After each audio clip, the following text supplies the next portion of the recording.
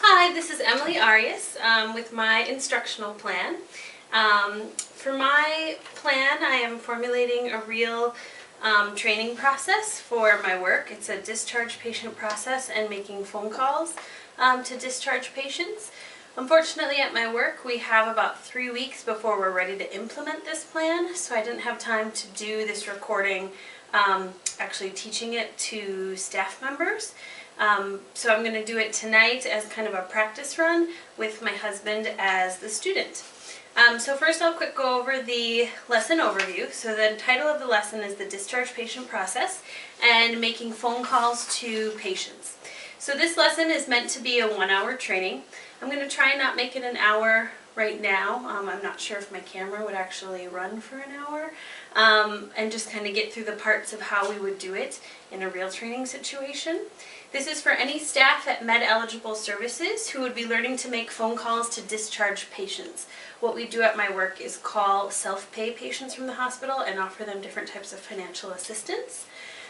So this will include an overview of the HIPAA compliance piece in regards to making phone calls and making sure that when you're calling patients that you're following HIPAA procedures.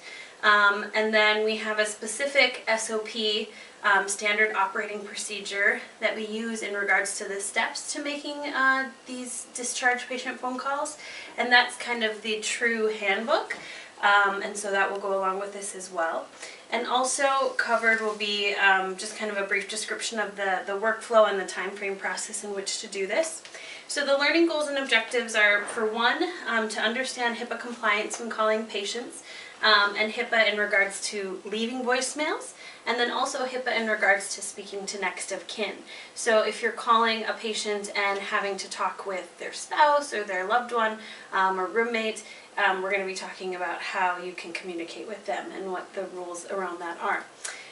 The second goal and objective is to know system commands when working with discharge patient process. So we work out of a computer system called FACS, which uses these disposition codes, which we call dispo codes. And so selecting the right dispo code that you need to put the account in when you're doing this work. And then knowing how to order a letter in fax with the proper commands. In our office, we've recently set it up so you don't have to hand type a letter and put it in the mail. It's set up with an outside vendor that will, if we just make a command in the computer, it'll send these out, send the letters out automatically, which makes the process really slick. And then making the appropriate notes in both of our systems, in fax and then in Epic, which is the hospital billing system. And then applying the designated workflow to the discharge patient process, so making sure that all of the staff know the proper steps to take in the workflow in regards to this process. And then the fourth learning objective is demonstrating the ability to actually make the phone call.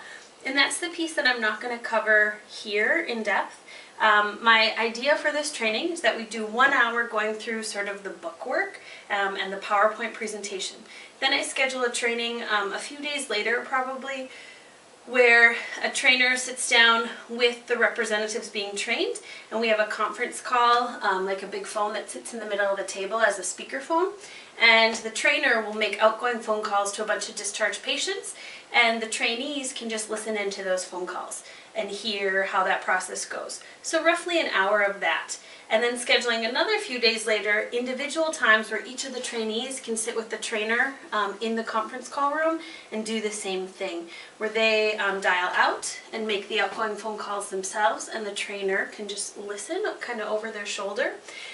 For that part of the training, I won't have all 3 trainees together in the same room. I don't think, you know, some of them kind of might have performance anxiety of making those phone calls in front of other people, so we'll do that on a one-on-one basis. Then, once we've done those 3 steps of training, so it'd be 3 hours on 3 different, or 1 hour on 3 different days each, then we would come back together, do a little bit of a summary, and then I would hand each of them a lesson assessment. So that's kind of the quiz that I submitted with my lesson plan. So the lesson assessment is 3 pages. It has multiple choice, short answer, true, false questions. So we would do that in the 4th training session. And then I would collect the quizzes. I would grade them. We would regroup all together as a group. And then I would go through the answers just as a group, not calling out anyone of who got what right or wrong, but just going through one by one the correct answer. And then at the end of that, I guess that would be the fifth and final session where we go over the answers to the assessment. I would hand them the learning evaluation, which the learning evaluation is the training evaluation form that was turned in with my assignment. And at that time, I would leave the room. They could turn in the training evaluation themselves anonymously and just give it to my administrative assistant. She can collect the data and put it into a Word document so I can't see handwriting or anything. And then I could use that in the future to see what parts of this training need to be altered, who needs additional follow-up, and that kind of a thing. So that's how I picture this going. So all of those pieces, the training evaluation form and the lesson assessment, we won't go through that today, but that was turned in with my lesson. And then also the making the actual phone calls. We won't go through that today either, but that would be some additional sessions that would come after this training. So I've kind of covered what the instructional strategies are, and then what the target audience is. It's any new staff to Med-eligible services or any staff that hasn't done this as a part of their job function before, who will be starting to make outgoing phone calls. So the materials needed, I'm asking each student to bring a pen and a notebook to take notes of their own. That's a requirement at our office for any sort of a training session that you attend. And then I will have a PowerPoint presentation ready. At my work, we have a projector and a screen, so I'll put the PowerPoint up for everyone to see, and also have copies of the PowerPoint in a handout form so that they can make their own notes as they wish. So I've given that to my student today. For today, I'm just going to use my laptop, which will help me follow along with the PowerPoint presentation. Other materials needed then would be later on I would need the quiz and the training evaluation form. But in the meantime, I will give each student the 2 SOPs, or standard operating procedures, to follow along. Now these I'm not going to go into in detail in the training. That would be very wordy, and I think it's safe to say that our staff are kind of high level enough that if I give them a detailed SOP that's well written, that's kind of their book learning homework, to be able to take this back and read through it piece by piece. And I'll just cover the main highlights of it in the PowerPoint. That will also kind of save us time so we don't have to have such a long presentation. So that is the plan. I will get started with the PowerPoint then, and that's kind of how we would begin the lesson. So it starts with the discharge patient referral process. So this is a new process for anyone who's new to Med-eligible services or anyone who hasn't made outgoing phone calls before. I would just encourage the students to take notes and ask questions as they come up. If you have any questions, or if there's something that you really don't disagree with, we have a standard in our office that instead of having any sort of a confrontational question, that you save those and jot them down to yourself and bring those up one-on-one with the trainer or your supervisor later. We've had some issues in training sessions where people just disagree with the whole process that we're putting in place, and it doesn't work out so well if they ask those kinds of questions during a presentation. We just do that later after the fact. So as you get into calling on discharged patients, the things to keep in mind are that these are very valid accounts that have to be worked. So they range anywhere from $3,000 and above, with lots of the patient accounts totaling over $20,000. So MES takes the same, MES, our office, Med-eligible, takes the same minimal fees for all accounts. So regardless of how low dollar an account appears, it's still a strong potential revenue source for both our hospital facilities that we work for and for us. So if we're going to be making phone calls on discharged patient accounts, the first thing that is always a really strong factor in all the work we do is HIPAA compliance. So I will hand out to each student our HIPAA and compliance standard operating procedure. We won't go through this step by step. We've done this at other meetings in the past. So if you have any questions in regards to this, let me know. But that would be your homework, is to read through that one by one. And in the training, you're welcome, in the training evaluation at the end, there will be questions in regards to that. So make sure you've gone through that over the next few days.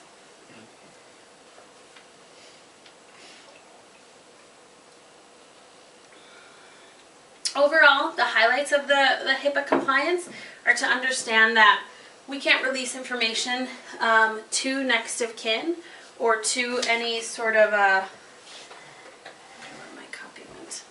Oh, here it is.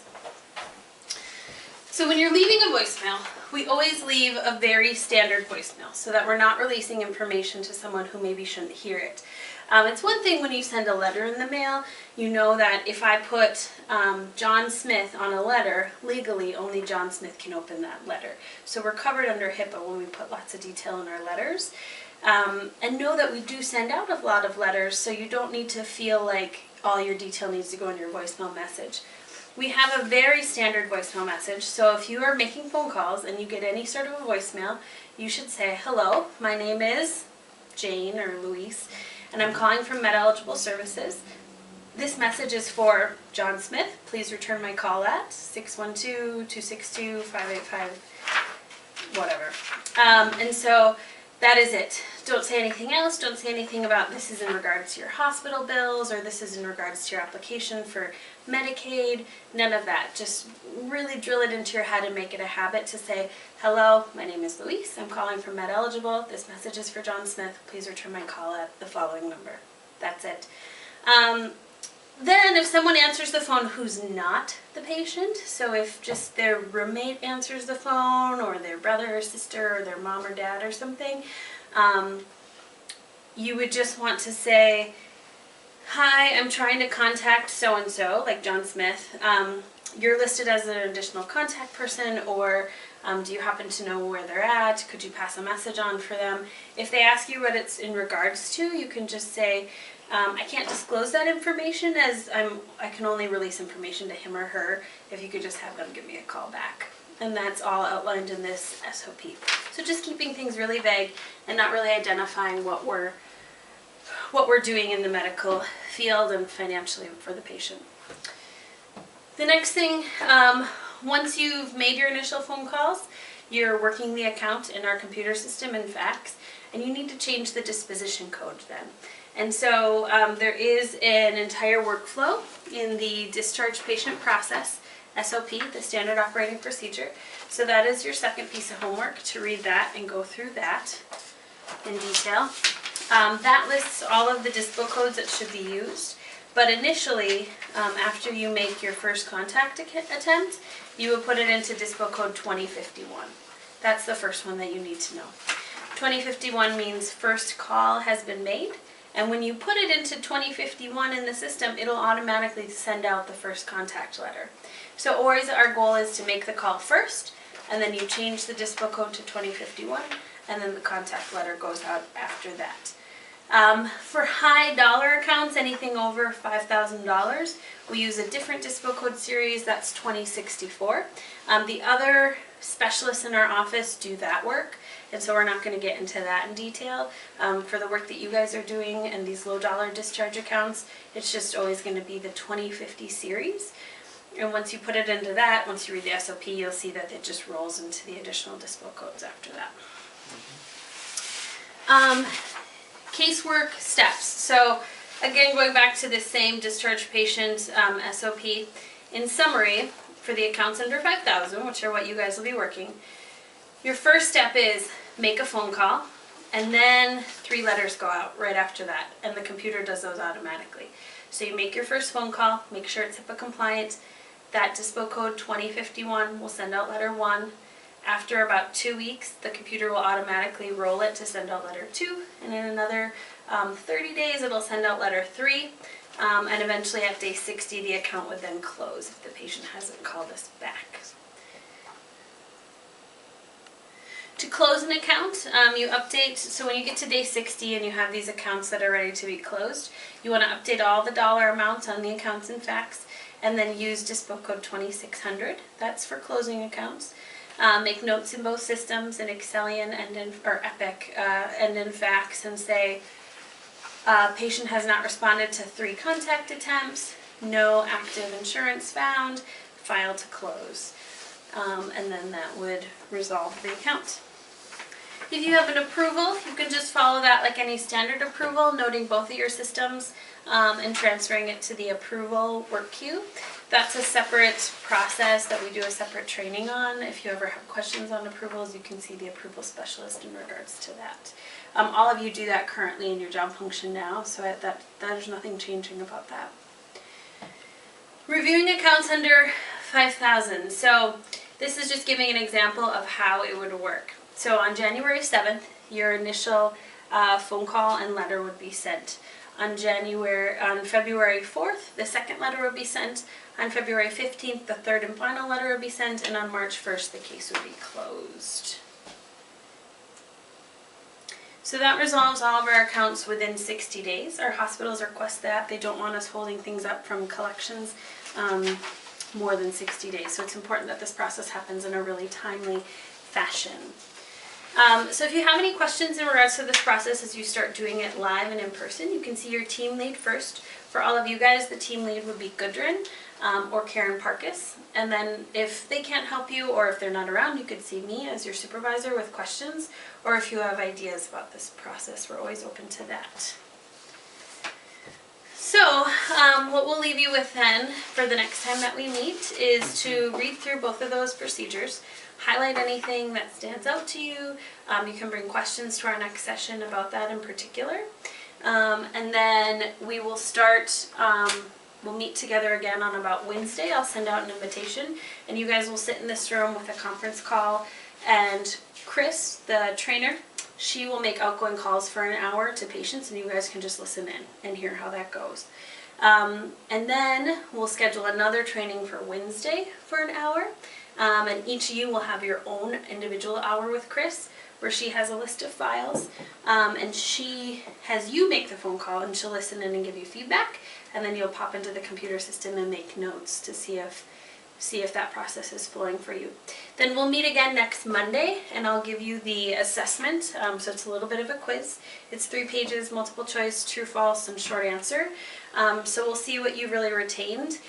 It's nothing to be overly concerned about. It's as much of a quiz to test us and make sure that we've covered things for you than it is to see, you know, if you're getting things right or wrong. So no one would really get in trouble.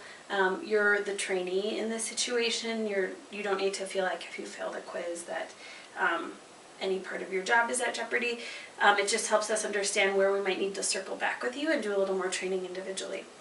So then once I grade those assessments late next week, we'll meet again, and as a group we'll go through all the answers, answer any final questions, and then I'll give you guys a training assessment so you can come back to me with any questions that you have, and then give your assessments. I'll leave the room and you can give your assessments anonymously to our executive administrative assistant, and she'll send the results back to me so we kind of know how to do this training going forward. And then from there, so about 2 weeks from today, you guys should be able to start doing this process if all goes well and goes according to plan. Do you have any questions in regards to the process? No. Okay. So then your homework would be to read those 2 procedures and get really comfortable with them, and then bring questions when you meet with Chris next time and she makes phone calls with you. All right? Okay. All right, thank you.